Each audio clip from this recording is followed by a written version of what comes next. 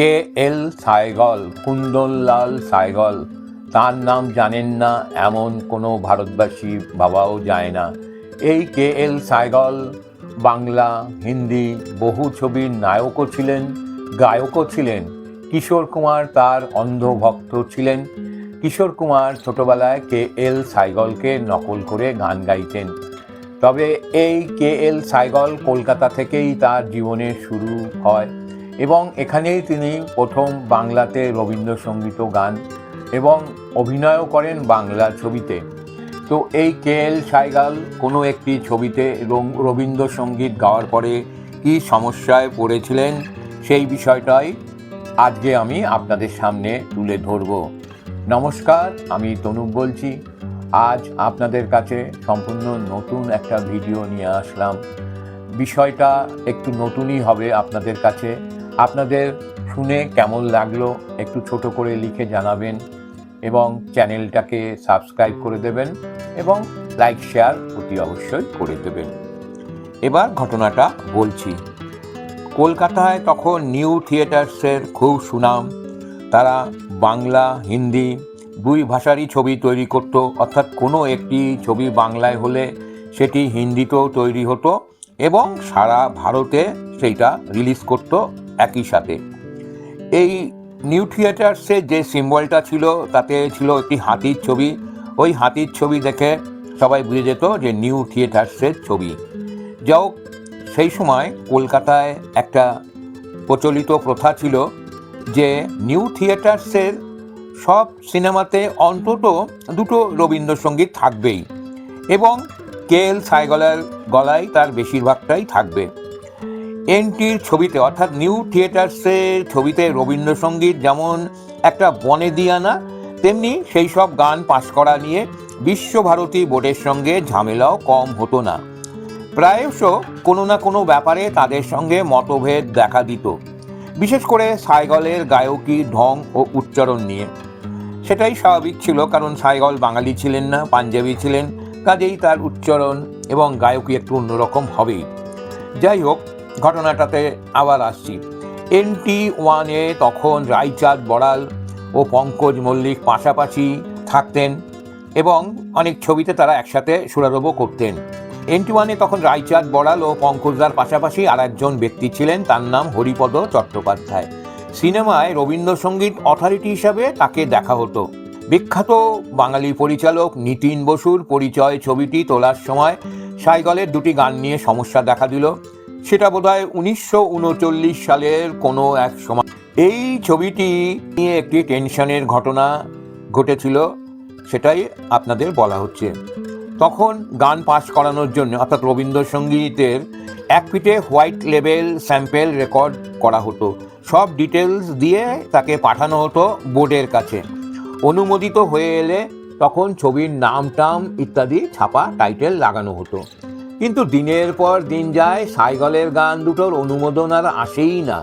তাই নিয়ে রাইচাঁদ বড়াল ও পঙ্কজ মল্লিক নিজেদের মধ্যে পরামর্শ করলো। এমন সময় কে এল সাইগল হঠাৎ করে বলে বসলেন, এই রেকর্ড নিয়ে আমি গুরুদেবের কাছে যাব, তাকে আমার রেকর্ড শোনাবো, দরকার হলে দরবার করব, দেখি তিনি কি বলেন। আমার উচ্চারণে কি ধরনের বিকৃতি তা আমি তার মুখ থেকেই শুনব। ব্যাপারটা অভাবনীয় এবং গুরুত্বপূর্ণ, সন্দেহ নেই।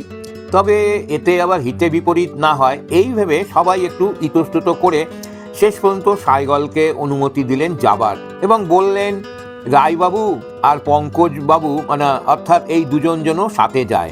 কিন্তু স্বয়ং সাইগল বললেন, না, আমি একাই যাব। সঙ্গে সঙ্গে সাইগল তৈরি হয়ে নিলেন, সঙ্গে নিলেন এক বন্ধুকে এবং গাড়ির ড্রাইভার হলো তার ছোট ভাই। রওনা হওয়ার মুখে নিউ থিয়েটার্সের কর্ণধার মিস্টার সরকার এক সারপ্রাইজ দিলেন।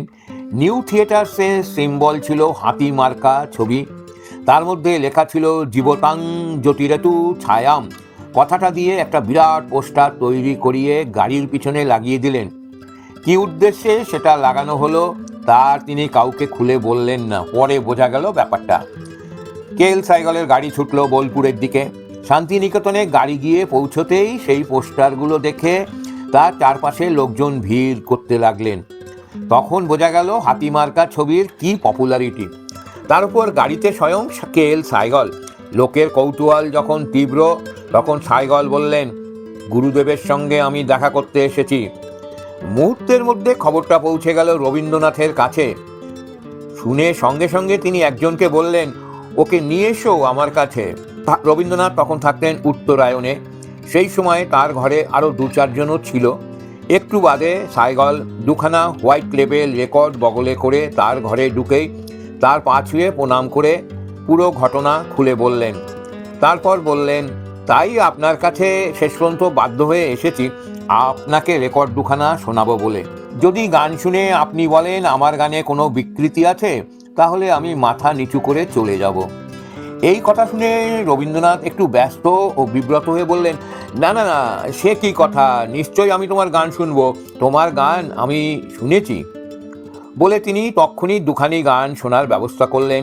হ্যান্ডেলওয়ালা মেশিনে রেকর্ড চড়িয়ে প্রথমে একবার, পরে তার নির্দেশে আরও একবার দুখানা রেকর্ড বাজিয়ে শোনানো হলো।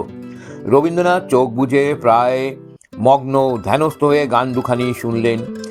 শুনে যেন তার মন ভরে গিয়েছে এমনভাবে বললেন, কই, আমার তো তেমন কিছু মনে হলো না, উচ্চারণে একটু তফাৎ তো হবেই। আমি কি তোমার মতো করে পাঞ্জাবি ভাষা বলতে পারবো? একবার একটি চীনা মেয়ের মুখে আমার গান শুনে অনেকেই বলছিল আপনার গায়কী ঢং বা উচ্চারণ ওর কণ্ঠে স্পষ্ট নয়। তখন আমি বলেছিলুম, ও বিদেশি মেয়ে আমার গান গাইছে, এটা আমার কাছে কত না পাওয়া। ওর মতো নিষ্ঠা, দরদ আর চেষ্টা কজনের থাকে। তেমনি তোমার গানও আমার বরং ভালোই লাগলো। তোমার কণ্ঠে স্বয়ং সরস্বতীর অধিষ্ঠান ঘটেছে। তোমার সুরেলা কণ্ঠের অলঙ্কার, গায়কী ঢং ও আঙ্গিক সত্যিই সুন্দর। রবীন্দ্রনাথের এই কথা শুনে সাইগল খুব খুশি হলেন। আনন্দে তার মুখ চোখ ভরে গেল।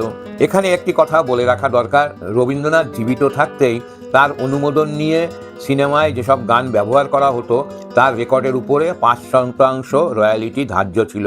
সেই কথা শুনে, রবীন্দ্রনাথের এই কথা শুনে সাইগলকে আর পায়কে, তিনি তখনই কলকাতা দৌড়ন আর কি।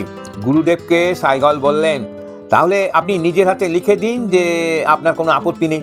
রবীন্দ্রনাথ এসে বললেন, বেশ। তারপর কাগজ কলম টেনে নিয়ে লিখলেন, অল দ্য রেকর্ডস পাস্ট। লেখা শেষ করে বললেন, এই লিখে দিলাম, তবে তোমাকে রেকর্ড দুখানা আমাকে দিয়ে যেতে হবে, বড় ভালো গেয়েছো। সাইগল তখন অপ্রস্তুত হেসে বললেন, গুরুদেব, এই রেকর্ড দুটো তো স্যাম্পেল কপি রেকর্ড, কোম্পানির জিনিস, এটা তাই দেওয়া যাবে না, পরে নিশ্চয়ই আপনাকে রেকর্ড বেরোবার সময় পাঠিয়ে দেব।